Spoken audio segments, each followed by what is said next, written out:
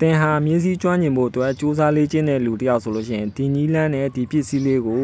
လိုအပ်မှာအမှန်ပါပဲဗျာနော်ဒီပစ္စည်းလေးကဘာလဲဆိုလို့ရှိရင်ရှေ့ရခင်းနဲ့များစွာတဲ့ယနေ့တိုင်အောင်တွင်တွင်ကြဲကြဲဆက်လက်အသုံးပြုနေတဲ့ပစ္စည်းလေးပဲဖြစ်ပါတယ်ဒီပစ္စည်းလေးနဲ့အသုံးပြုပုံကိုသိရင်တင်ဟာကျွမ်းကျင်တဲ့လူတစ်ယောက်ဖြစ်မှမလွဲဧကန်ပါပဲဗျာနော်ဒီပစ္စည်းလေးကဆိုလို့ရှိရင်ကျဲပွင့်ပုံလည်းရှိမယ်ခရီပွင့်ပုံလည်းရှိမယ်ဂေါ်လီပုံလည်းရှိမယ်စပယ်ပွင့်ပုံလည်းရှိမယ်ဒီပစ္စည်းနဲ့မြင်းကိုအရားပြေပုတ်တက်ပေးရတဲ့ပစ္စည်းလို့တင်ထင်းတော့မှားသွားပါလိမ့်မယ်ဗျဒီပစ္စည်းရဆိုလို့ရှိရင်ဖက်နှက်မှာ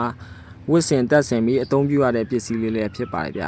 ကျိုးချီဝစ်စင်ရတာမကြိုက်တဲ့ညီကိုတွေအတွက်လည်းရိုးရှင်းလွယ်ကူလာတဲ့နီလန်းတွေလည်းရှိပါတယ်ဗျနော်ဒါကတော့အချိန်ကုန်တက်တာပြီးခပတ်ပုံစံနိုင်ပုံစံလွယ်လင်းတကူဝစ်စင်လို့ရမယ်ပစ္စည်းလေးပဲဖြစ်ပါတယ်ဗျနော်တော်တော်လေးကိုအထာကျလှပတဲ့ပစ္စည်းလေးပဲဖြစ်ပါတယ်ဗျနော်ဒီဇိုင်းကတော့ဘောင်းစုံကိုထုတ်လုပ်ပေးထားပါတယ်ဗျနော်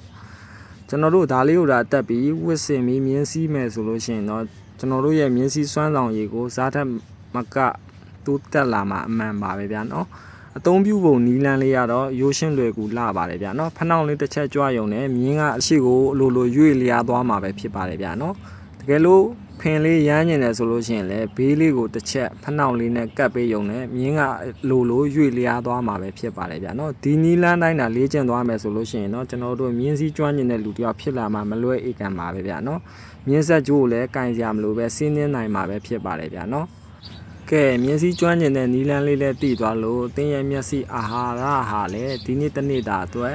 လုံလောက်သွားပြီလို့ယုံကြည်မျှော်လင့်ပါတယ်ဗျဟုတ်ကဲ့ကျေးဇူးတင်ပါတယ်ဗျနော်နောက်ဗီဒီယိုတွေမှာဆက်လက်ဆုံတွေ့ပါမယ်ဗျ